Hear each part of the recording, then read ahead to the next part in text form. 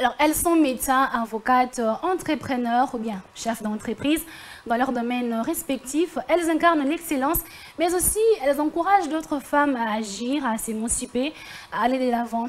Vox Femina vous reçoit sur ce plateau ce soir pour ce premier numéro sur Congo Buzz Télévision. Alors, bonsoir à vous tous et bienvenue.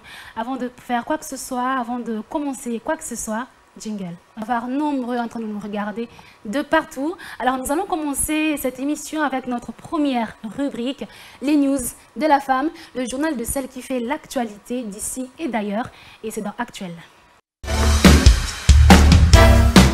Cette semaine, les news de la femme ont été marquées par la situation de la femme politique congolaise face aux enjeux électoraux qui se pointent à l'horizon. Elles sont numériquement moins présentes que les hommes sur la liste provisoire des candidatures retenues par la CENI vendredi 11 août dernier. Ce, malgré la faveur de la loi qui épargne la caution à payer pour la recevabilité des candidatures féminines. Bien, on espérait que la donne change en 2023.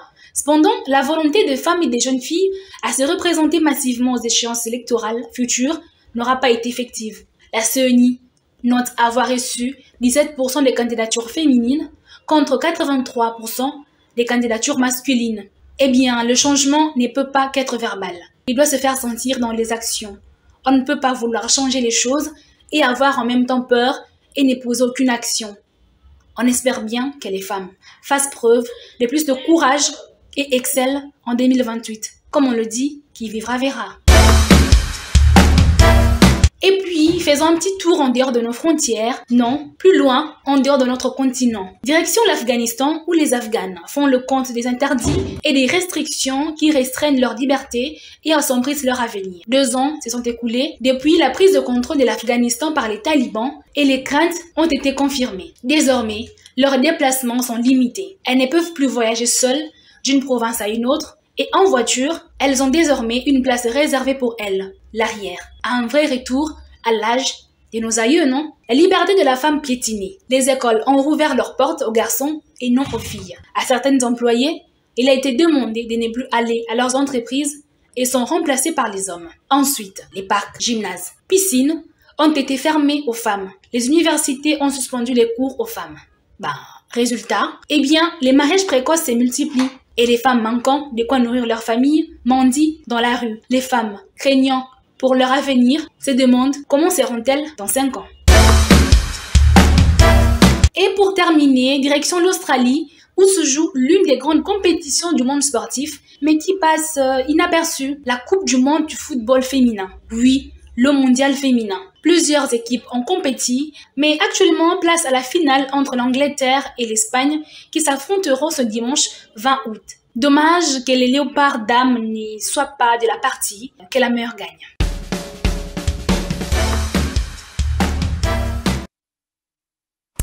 Voilà. Dommage. Alors moi je me dis, pendant qu'ici en RDC on est en train de lutter pour les élections, il y a même Marie-Josée Foucault qui va postuler pour la présidentielle 2023. En Afghanistan, les femmes n'ont plus le droit de faire quoi que ce soit sans que les hommes ne leur donnent le go. Les petites filles n'ont plus le droit à aller à l'école, les gymnastiques, les gymnases, les piscines, les parcs. C'est maintenant pour les garçons. En parlant des enfants, notre invitée d'aujourd'hui, elle s'occupe des enfants. Voilà. Elle fait de l'éducation des enfants de Pakadjouma sa priorité et de l'émancipation des femmes de ce coin-là son but. Mais avant de la prendre sur ce plateau, sur ce beau plateau de Congo Buzz Télévision, je vous prie de suivre Héroïne, le portrait de la femme. Congolaise, jeune, Eliane Kiboubi est une avocate œuvrant à Kinshasa. Nourrie par l'ambition de voir sa fille devenir religieuse, la mère d'Eliane l'avait inscrite au lycée catholique Tobongisa, chez les religieuses, où elle a fait ses études secondaires et humanitaires. Après l'obtention de son diplôme de licence en droit à l'UNIKIN, Eliane était animée par l'envie de changer les choses. Déterminée, vite en 2021, elle crée une fondation dénommée Pakadjouma Résilience, qui offre une éducation gratuite aux enfants des Pakadjouma, un quartier réputé pour sa criminalité et prostitution dans la commune délimitée à Kinshasa. Eliane Kiboubi travaille également dans la capitalisation des femmes pour leur indépendance morale et financière. Jeune, avec un cœur maternel, Eliane soutient également les femmes et enfants défavorisés qui ont fui des conflits armés dans l'est du pays. Soucieuse et courageuse, celle qu'on appelle affectueusement Maman Eliane s'est associée à des organismes d'aide pour financer l'éducation de ses compatriotes femmes. En mars dernier, le nombre total des personnes dont la Fondation prend en charge s'élève à 500. Entourée de personnes qui partagent la même vision qu'elle, Eliane Kiboubi, confiante avec la citation « Ensemble, aujourd'hui, bâtissons la Fondation de demain », nourrit l'ambition de déployer la Fondation Pakajuma Résilience dans d'autres coins de Kinshasa et l'étendre jusqu'aux provinces de la RDC. Un parcours captivant pour un avenir radieux. Et voilà, j'espère que vous avez quand même eu une petite idée sur notre invité d'aujourd'hui. Elle nous a fait le plaisir, elle nous a fait l'honneur d'être avec nous, Maître Eliane. Bonsoir. Bonsoir, madame. Bienvenue. Merci beaucoup. Merci de répondre à l'invitation. J'espère que vous avez été tellement occupée. Mais merci de nous faire ce plaisir, cet honneur. Merci beaucoup. Je ne pouvais pas refuser cette belle invitation et surtout d'être dans ces jolis cadres. Ok. Félicitations à vous. Merci beaucoup. Ah bon, beaucoup de merci à Maître Christian Bossébé. Que je salue en passant. Voilà. Alors, Maître Eliane, qu'est-ce qu'on n'a pas dit sur vous, sur ce portrait? Tout a été dit en quelques lignes. Voilà un peu Eliane. Je suis même émue, je manque quoi dire. Ah bon? Ah, on vous a surpris. Oui, c'est une belle surprise, je m'attendais le mois. Ah ok. Alors, Eliane, comment définissez-vous la femme aujourd'hui? La femme aujourd'hui, elle est actrice de développement. La femme est cette partie intime de la société. La femme, c'est, je peux dire, la femme, c'est, elle fait partie du principe de complémentarité du développement de la société. Cette société peut être la République démocratique du Congo ou soit le monde entier. Ok. Alors, juste après vos études, vous avez eu l'idée de créer la Fondation Pakajuma Résilience. Pourquoi? Qu'est-ce qui vous a motivé? Déjà, je peux le préciser. En fait, je suis grandie dans une famille où mes parents étaient des enseignants. Okay. Ma mère, institutrice, je crois, elle a fait plus de 35 ans, étant qu'enseignante. Ouais. En tant qu'enseignante à l'école primaire. Et je voyais souvent comment est-ce que les femmes de son âge, soit moins âgées, passaient 2 fois à la maison pour apprendre à lire et écrire. Okay. Et je me disais toujours, bien que ma maman fonctionnaire de l'État, avec les salaires des enseignants, nous le savons bien, depuis très longtemps, les enseignants, surtout de l'école primaire, n'ont jamais bénéficié des très bons salaires. Mais je voyais comment est-ce que cette femme ne se fatiguait pas, fournissait tant d'efforts pour que nous, aujourd'hui, et surtout, tous ces enfants puissent étudier dans de très bonnes écoles. Elle investissait en nous et souvent elle nous disait, même si je n'ai pas beaucoup d'argent, soit pendant les vacances vous envoyez dans d'autres pays, soit vivre vraiment une vie, en fait je peux dire entre guillemets, une vie pleine de bonheur, mais le plus important pour moi c'est de vous donner le meilleur de moi-même, c'est-à-dire l'éducation. Et quand on revenait de l'école, elle cessait de nous bousculer pour apprendre à lire, à écrire. En fait, c'est un peu, c'est elle ma motivation, soit ma plus grande inspiration. Et pourquoi le choix de Pakajuma? Est-ce qu'il y a une histoire derrière ce choix particulier? J'ai une histoire assez particulière, je peux le dire. Pourquoi? Parce que je suis congolaise. Okay. Et, excusez-moi, je suis native de Kinshasa. Okay. Nous savons bien Kinshasa. Je peux dire que je maîtrise quand même le coin de Kinshasa, le coin et les recoins de Kinshasa. Et Pakajuma, c'est un coin qui est connu, avec toutes ses réalités, où on nous disait à l'époque, si tu passes sur Pakajuma, on va t'arracher la perruque, on va t'arracher le téléphone. Et à Pakajuma, les enfants ne partent pas à l'école, il y a des enfants de la rue là-bas. Il y a aussi ce système ici de rails. Nous savons, il y a même Ferrego là qui a chanté sur Pakajuma. Il y a encore un autre musicien qui a chanté à Pakajuma. Il y a même Lombo. Lombo à l'époque, en 1900 je crois, c'était peut-être avant qu'on puisse naître. Il y a même Lombo qui a chanté sur Pakajuma. Il parlait de femmes de Pakajuma. Donc c'est un peu ça qui m'a vraiment boosté pour aller à Pakajuma. Mais au-delà de ça, il y a un monsieur dont je fais connaissance sur Twitter, monsieur Laurent Mavinga, on l'appelle souvent Barumbu, il a écrit un livre sur Barumbu et je voyais la façon dont il rencontrait certaines réalités au quotidien de la société congolaise, bien entendu. Une fois, il a posté quelque chose sur Pacajuma, alors que j'avais toujours eu cette envie-là de passer à Pacajuma, voir qu'est-ce qui se passe réellement là, à Pacajuma. Mais surtout, c'est l'éducation de ces enfants qui m'est chatouillée plus, parce que nous autres, peut-être, on a eu cette chance, bien qu'on n'est pas issus de familles bien nantis, mais au moins on a eu la chance d'aller à l'école. Oui. C'est une grâce en tout cas. Est-ce que ça vous arrive aussi d'être critiqué parce que vous aidez ces enfants?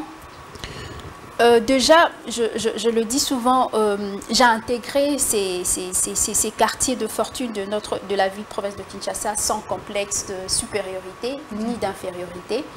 Et même quand je commençais là au début, il y a même certains amis, ma famille, même il y a mes grands frères qui me disaient « Mais qu'est-ce que tu veux faire là-bas? Est-ce que tu as le temps d'abord pour faire ?» Parce que déjà, c'est déjà étant avocat, tu as des dossiers, tu as de choses à faire. Mais oui, j'ai été critiquée. Il y a certaines personnes qui me disent que tu perds ton temps inutilement. Il y a même quelqu'un qui était venu là et dit « Mais tu risques de mourir un jour pauvre. » Pourquoi? Parce que tu dépenses, non pas seulement que tu dépenses de ton énergie, mais tu dépenses quand même de tes miettes revenues là pour faire... mais il a été dur.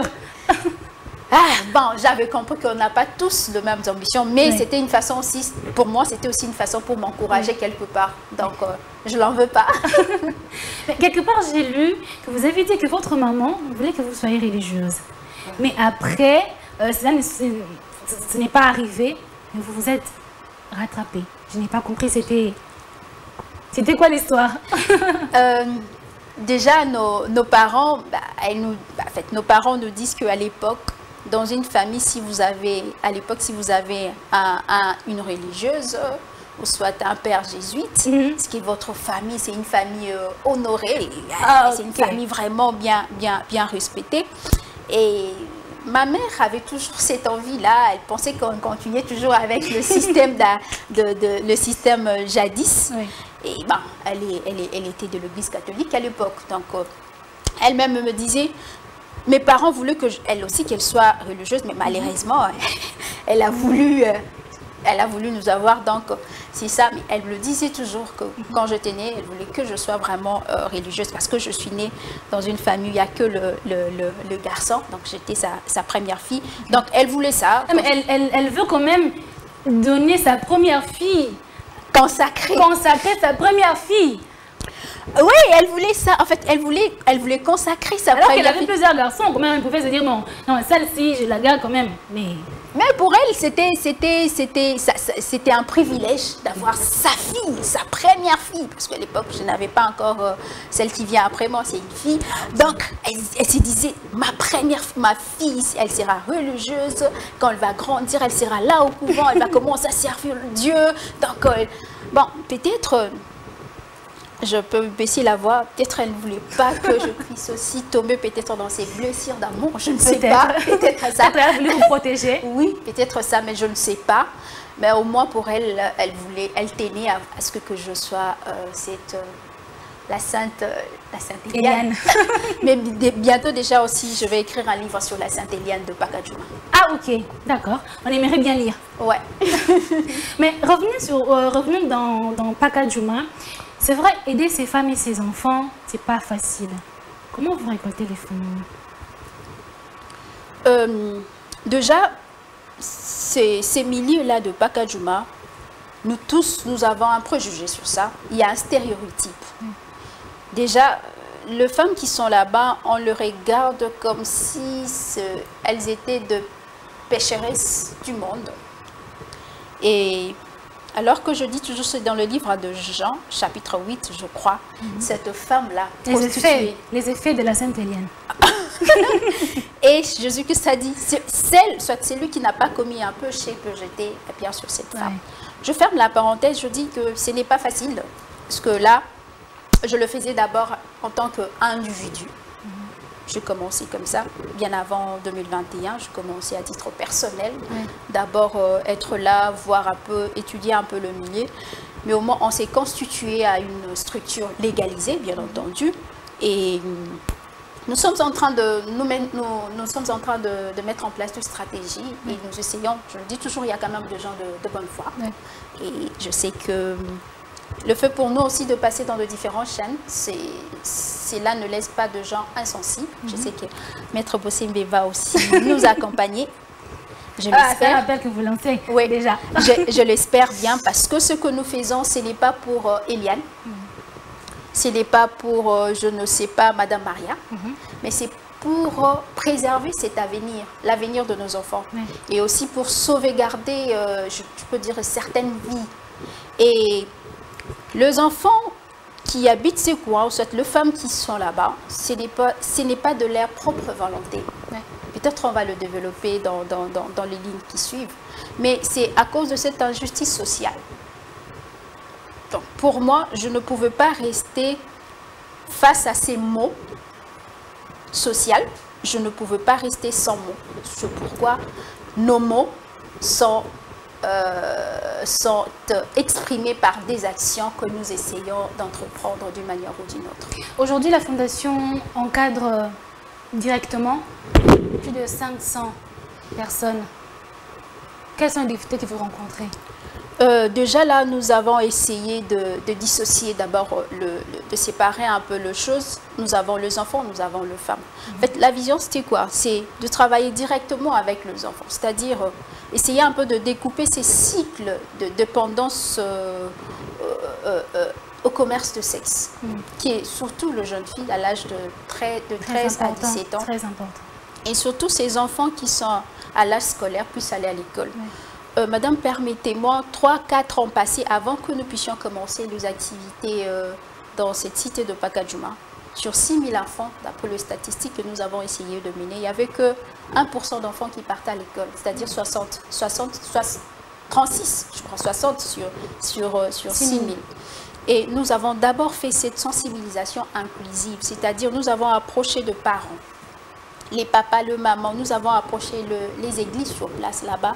Nous avons aussi approché certaines autorités policières et d'autres administratifs. En fait, les problèmes, c'était quoi? Même les écoles aux alentours de Pacadjouma, on n'acceptait pas les enfants qui venaient de Pacadjouma. Mais il y a une sorte de discrimination. Oui, c'est stéréotype. Non, à Pacadjouma, ils ne sont pas bien éduqués. Maintenant, quand nous avons commencé, nous avons fait ces systèmes de sensibilisation inclusive. Aujourd'hui, même les écoles aux alentours de Pacadjouma, on reçoit nos enfants. Donc, c'est ce que nous avons essayé de faire. On s'est dit, on ne peut pas travailler directement avec les enfants sans qu'au préalable, nous puissions travailler avec d'autres personnes, entre autres leurs parents. C'est pourquoi nous avons, en 2021, nous avons commencé avec un centre d'alphabétisation. Et là, dans ce centre d'alphabétisation, ces femmes de Pacadjouma, ces nénés de Pacadjouma, elle a appris comment elle peut écrire son nom, Néné Luando. Très bien. Et cette Marie Bonyama, elle a appris comment calculer. Et du coup, elle devient booster de son enfant. Et puis, là, nous avons, en fait, nous mettons un peu de côté, soit en retrait. Maintenant, elle commence à booster leurs enfants. Il y a même un témoignage, il y a un militaire qui a fait plus de 25 ans à l'armée, mais qui n'a jamais été promu. Pourquoi? Parce qu'il ne savait pas lire ni écrire. Mais ce monsieur-là a appris à lire et écrire. Aujourd'hui, il a été promu. Donc, nous travaillons principalement avec les enfants, mais en amont, nous travaillons avec ce parent. Et en l'année passée, c'était au mois de septembre, nous avons eu à certifier plus de 125 femmes qui ont fini l'alphabétisation. Il y avait aussi de la formation sur Bopeto Abomwasi. Nous avons eu 2 médecins. Il y avait aussi de formation Mama Batela Libotana, c'est-à-dire sur les activités génératrices de revenus. Et 27 femmes ont bénéficié de quelque chose pour vendre le pain. Je ne sais pas s'il y a encore des images. Vendre le pain, vendre le makala. Du coup, il y a des témoignages patents. Celles qui étaient déjà dans ces activités-là, elles ont dû abandonner. Maintenant, elles envoient leurs enfants à l'école. Voilà un peu, donc nous sommes avec les enfants, nous sommes aussi avec le parent principal. Le parent, ou soit les filles célibataires, soit le mère célibataire.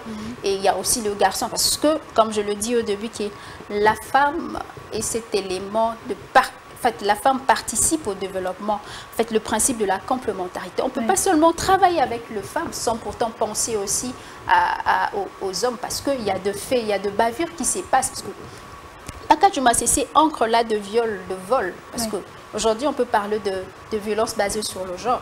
Et il y a même de formations quand je donne ces genres de formations. Je dis toujours, la violence basée sur le genre est commise par une autre personne, sur une autre personne. L'homme peut commettre, la femme aussi commettre, la femme peut commettre la violence basée sur le genre à l'homme. L'homme peut commettre la violence basée sur le genre sur la femme. Donc voilà un peu. Et comment ça se passe je sais pas si je dirais recrutement, comment vous prenez ces enfants? Est-ce que vous faites du porte-à-porte? Et comment ça se passe avec leur famille? En fait, nous sommes déjà une structure bien organisée.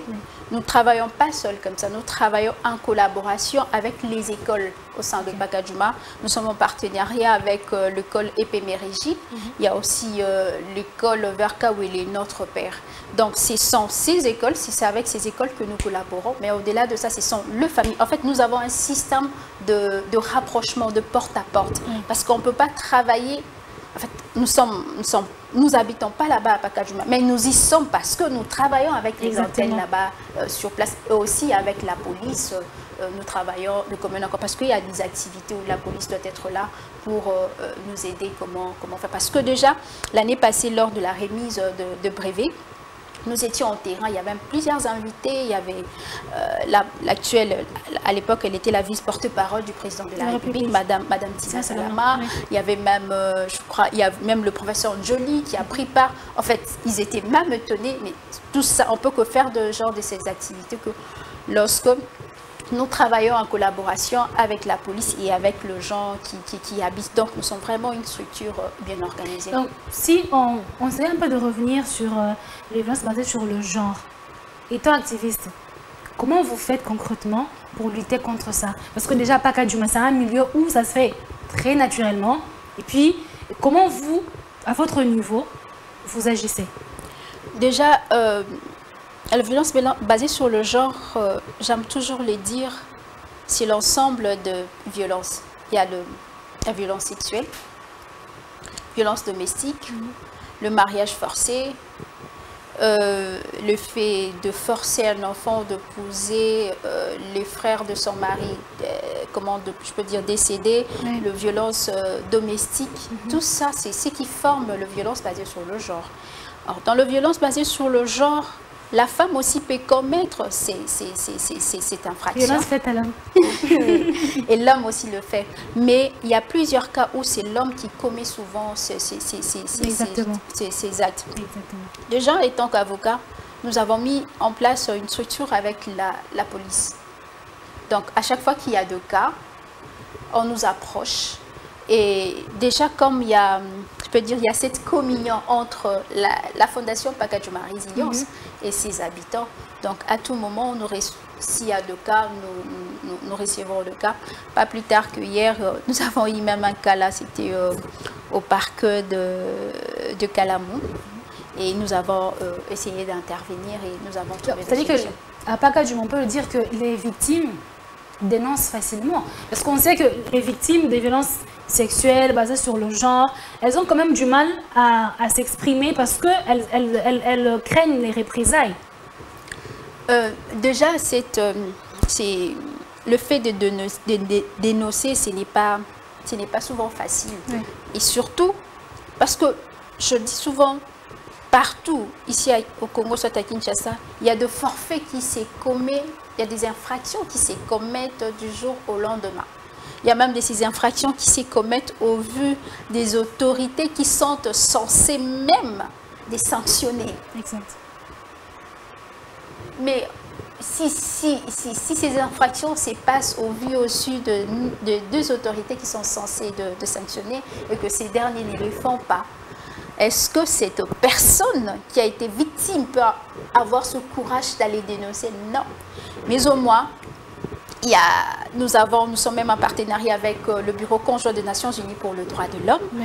Et à cet effet, il y a eu même une formation entre l'équipe de la Fondation Pacadjouma Résilience et les enseignants des écoles, là-bas à Pacadjouma.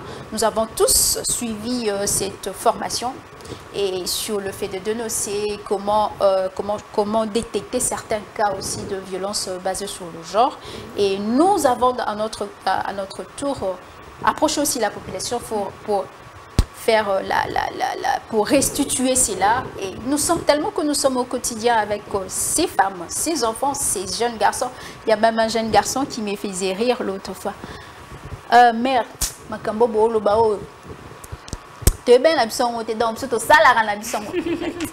parce que nous sommes ignorants, alors que nous sommes là pour informer et permettre à ce que tout le monde soit. Et d'où même l'importance de la vulgarisation, de la sensibilisation de certains textes. Il n'y a pas plus tard qu'il y a, je vois la loi sur l'indemnisation de victimes de violences en cas de conflit.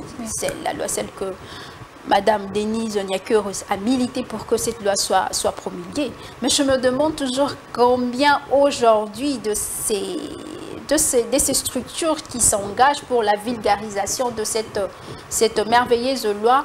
Mais je veux fermer la parenthèse très vite, mais s'agissant de postes ministériels pour la participation de la femme les femmes n'ont pas participé aux élections, les femmes, mais tout le monde, les postes, on veut avoir la parité au poste. Mais s'agissant de certaines lois où la population, pas seulement nous qui avons quand même eu cette chance peut-être de connaître, mais d'autres populations puissent en connaître aussi. Madame Miliane, vous aimez la politique?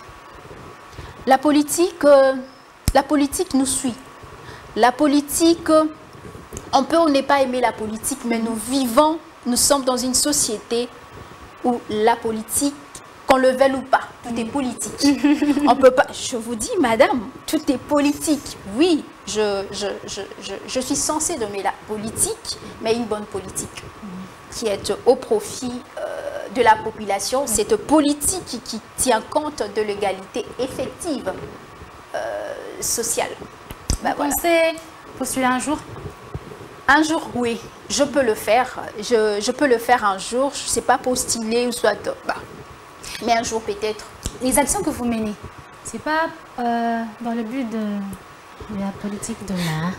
Non, les actions que la fondation... Beaucoup de gens disent que non, bon, moni, aïe, ababadaka kaboye, après, pancarte, c'est tomboli, banderole.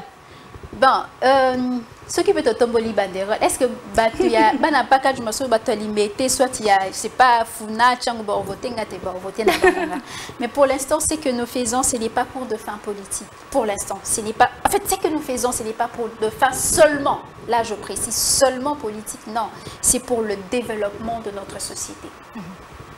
La société congolaise aujourd'hui ne peut que se développer grâce à vous et moi, chacun dans son domaine. Si aujourd'hui, je me permets d'aller faire la politique, oui, si je continue avec ce que je fais, d'une manière ou d'une autre, au profit de cette population, tant mieux. Mais si je me dis toujours que je veux aller faire la politique et que j'abandonne, ça sera trop cruel. Il y a même quelqu'un qui a écrit dernièrement sur Twitter, dit, s'il y a des gens aujourd'hui qui peuvent postuler et que moi, je peux avoir le courage d'aller voter, je vais aller voter Maître Eliane Kiboubi. Ah. Je dis pas, tant mieux, mais pour l'instant, nous le faisons. En fait, il y a une Eliane dans Pacadjouma. Il y a une Maria dans Pacadjouma.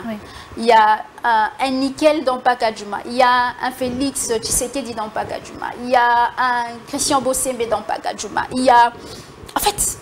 Nous sommes tous un peu de Pacadjouma. Pacadjouma, c'est la réalité de notre société.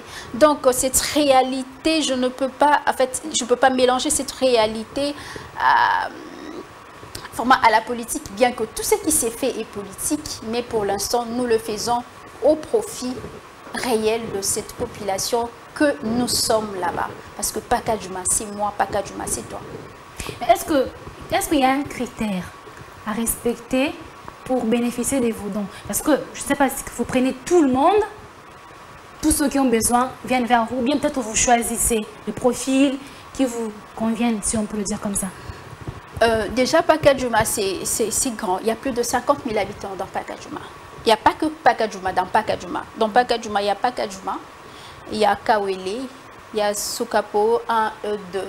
Donc tout ça, ça forme Pacadjouma. Et bien que Pacadjouma ait le privilège d'être un peu reconnu, mais c'est l'ensemble. En fait, pour l'instant, nous ne pouvons pas combler le besoin de toutes ces personnes qui habitent ce coin parce que nous sommes vraiment limités, nous n'avons pas encore de moyens suffisants. Mais du moins, nous essayons de faire, en fait, on le fait par catégorie, comme vous avez dit. En fait, bien que notre vision, c'est de découper ces cycles, en fait, c'est de découper ces cycles de dépendance au commerce de sexe, c'est aussi préserver l'avenir de certains enfants. Il y a une fille de 14 ans qui avait toujours nourri aussi l'ambition un jour d'étudier, de devenir, je disais souvent, de devenir juge, mais n'a jamais, en son temps, elle ne voyait pas comment s'en sortir. Elle s'était déjà lancée dans ces activités. Mais le fait que nous soyons là, elle ne cesse de me dire, maman, il y a non, moi je dis toujours, plus que là. Cet enfant, aujourd'hui, bien qu'elle a 14 ans, elle est en 6e primaire. Quand je vois ce sourire, quand je vois cet enfant qui avait fait 2 ans n'étudie pas, mais grâce à nos petites actions, je vois cet enfant reprendre, aller à l'école avec sourire au-delà de tout. Mais je me dis, on peut que s'en réjouir. Donc, on ne peut pas prendre tous ces enfants, toutes ces femmes, tous ces jeunes, mais nous le faisons. Il y a vraiment en fait, nous avons un système que nous avons mis en place. C'est d'ailleurs la question que je voulais vous poser. Comment ça vous fait, le fait de voir le sourire revenir sur les visages des enfants, de ces femmes qui n'avaient peut-être rien, qui pour elles, son gagne-pain, c'était le sexe. Mais maintenant, elle a un bassin, elle peut vendre du pain, le soir, elle peut manger dignement. Comment ça vous fait de ressentir ça? J'ai échappé d'être religieuse, mais je le suis quelque part. Quelque part, oui. Donc, la joie de la mère Thérèse de nourrir certains enfants. C'est aussi la joie de voir cet enfant qui était déjà en rupture familiale, aller à l'école, de voir cette jeune fille qui avait déjà un avenir détruit, redresser son avenir. Personnellement, je peux que m'en réjouir, mais je me dis, on n'a encore rien fait. Il nous reste encore beaucoup à faire. Mais au fond de moi, je me dis, Dieu, je suis pécheresse, je le sais. Mais quelque part, nous essayons de faire de notre mieux. Comment voyez-vous la fondation Pacadjouma Résidence dans 5 ans? Je ne peux que être pessimiste. La fondation Pacadjouma, dans 5 ans, Dieu aidant, nous allons quitter Pacadjouma parce que nous allons déjà résoudre plus de 60%. Nous allons encore aller dans d'autres coins. En fait, notre objectif aujourd'hui, dans ces 6 000 enfants, dans ces 2 ans que nous avons fait déjà, nous avons déjà atteint 8% des enfants qui partent à Pacadjouma. Dans 3 ans, 5 ans, nous voulons à ce que nous puissions avoir au moins 30%. Je le crois. Et dans 5 ans, que cette population aujourd'hui qui vit dans des conditions très difficiles, madame, un jour on va descendre là-bas pour voir la situation dans laquelle vivent ces gens, c'est déplorable. Dans 5 ans, que la fondation, ensemble avec l'accompagnement du gouvernement, parce que nos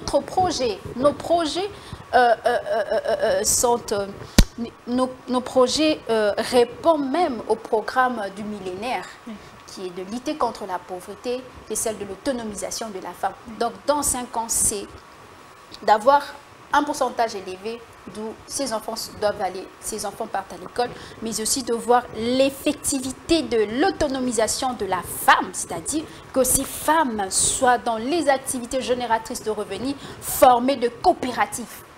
C'est ça notre vision dans 5 ans, et aussi d'aller faire aujourd'hui l'accès aux soins de santé ne soit pas quelque chose de très luxe pour les femmes, pour les enfants, pourquoi pas pour tout le monde. Donc, par rapport à la population très démunie. Si vous me le permettez, hier, il y a la fondation HJ. J'espère que nous allons aussi signer un partenariat avec la fondation. Je dis même merci aussi à Madame Jemima Iraghi qui est le point focal de cette ONG, HJ Fondation, qui fait le relais entre l'HJ et d'autres structures. Plus de 25 femmes ont bénéficié de certains soins gratuits. Et 6 enfants, je crois, on a remis aussi gratuitement le produit pharmaceutique. Il y a beaucoup de gens qui sont là-bas qui meurent parce qu'ils n'ont pas de moyens pour aller à l'école. Donc, dans 5 ans, Pakajuma Resilience Foundation veut à ce qu'il y ait un nombre important d'enfants à l'école. Ce ne sont pas seulement les enfants donc, ces enfants qui ont peut-être aujourd'hui la chance dans le parent de moyens, mais tous les enfants à l'exception d'aucun. Ces enfants qui habitent Pakajuma, les enfants qui habitent Massissi, au Ituri, ces enfants qui habitent Popokabaka, je ne sais pas Kanluka, que ces enfants puissent aujourd'hui aller à l'école avec sourire. Non, on part à l'école, mais on a quand même mangé à la maison. On part à l'école aujourd'hui, on a tous mis de jolis ketch et de jolis sacs. Et aussi se mettre dans des salles de classe confortables. Oui. Parce que notre vision, c'est aussi de créer, d'avoir notre école dans 5 ans. Une école primaire, il y a aussi un centre de formation professionnelle. Pourquoi? Parce que déjà, notre projet a été reçu au niveau du Bureau conjoint des Nations Unies pour le droit de l'homme.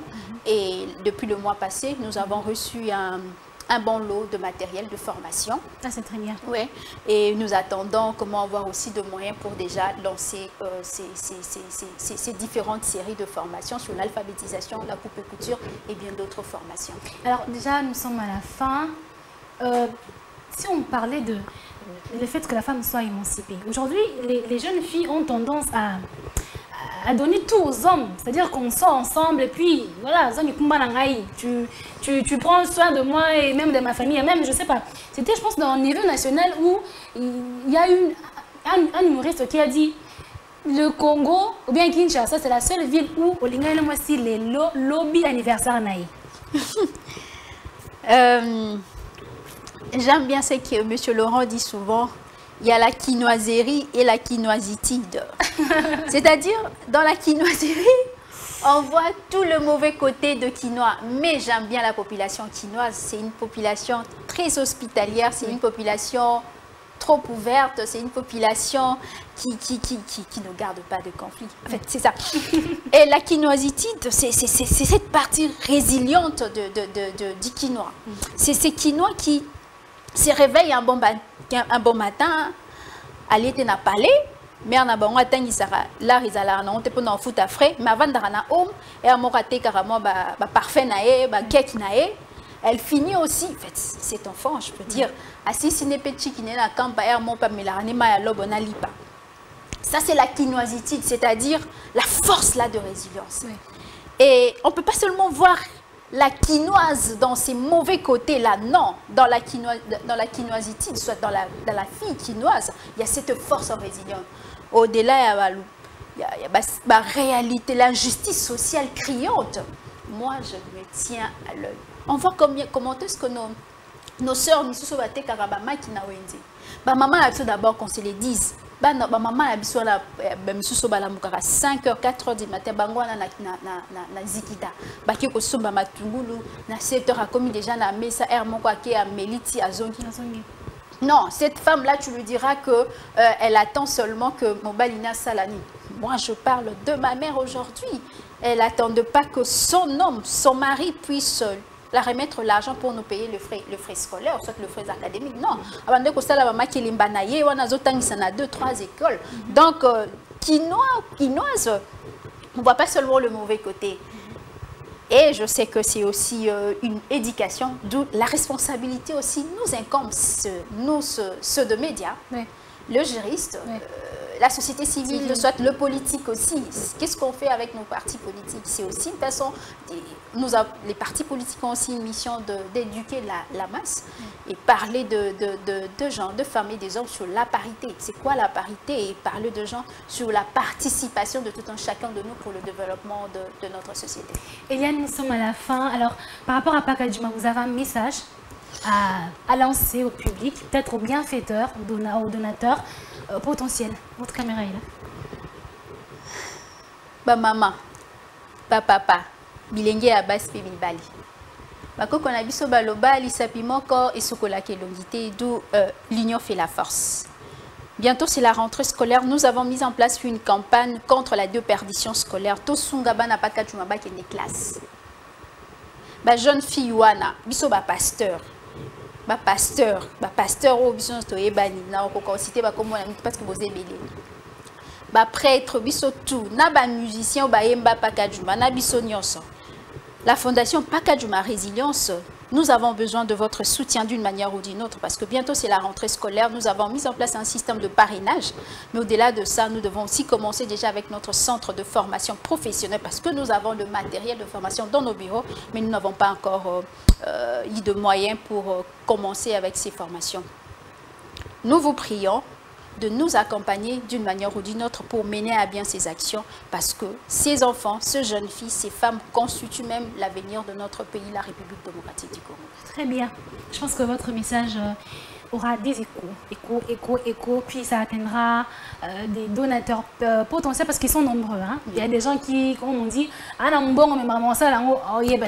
donc voilà, je pense que c'est un moyen pour vous de participer à l'épanouissement de ces enfants, hein, parce que ces enfants, on ne sait jamais.